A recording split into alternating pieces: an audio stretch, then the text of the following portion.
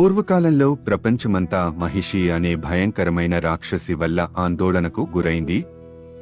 ఆమెకు లభించిన వరం వల్ల శివుడు మరియు విష్ణువు ఇద్దరిలోంచి పుట్టిన బిడ్డ మాత్రమే ఆమెను ఓడించగలడు. ఈ సత్యాన్ని తెలుసుకున్న మహిషి తనను ఎవ్వరూ జయించలేరని అనుకుంది. ఆమె భయంకరంగా విధ్వంసం చేసింది. దేవతలు అశాంతికి గురయ్యారు. మునులు తపస్సులోంచి విచలితమయ్యారు. దేవతలు శివుడు మరియు విష్ణువును ప్రార్థిస్తూ కలిసి వచ్చారు. విశ్వానికి మళ్లీ సమతుల్యత అవసరం ఉంది. విష్ణువు దయతో మోహినిగా అవతరించి శివుడితో సంయోగమయ్యాడు. ఆ దివ్య సంఘటనలో నుండి ఒక ప్రకాశవంతమైన బాలుడు జన్మించాడు. ఆ బాలుడు ప్రత్యేకుడే. ప్రకృతి కూడా ఆనందించింది.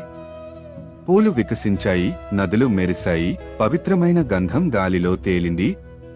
దేవతలు ఆయనను హరిహరపుత్రుడిగా పిలిచారు.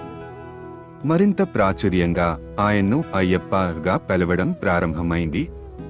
ఆ బాలుడు ఆకాశంలో కాదు, భూమిపై పుట్టాడు.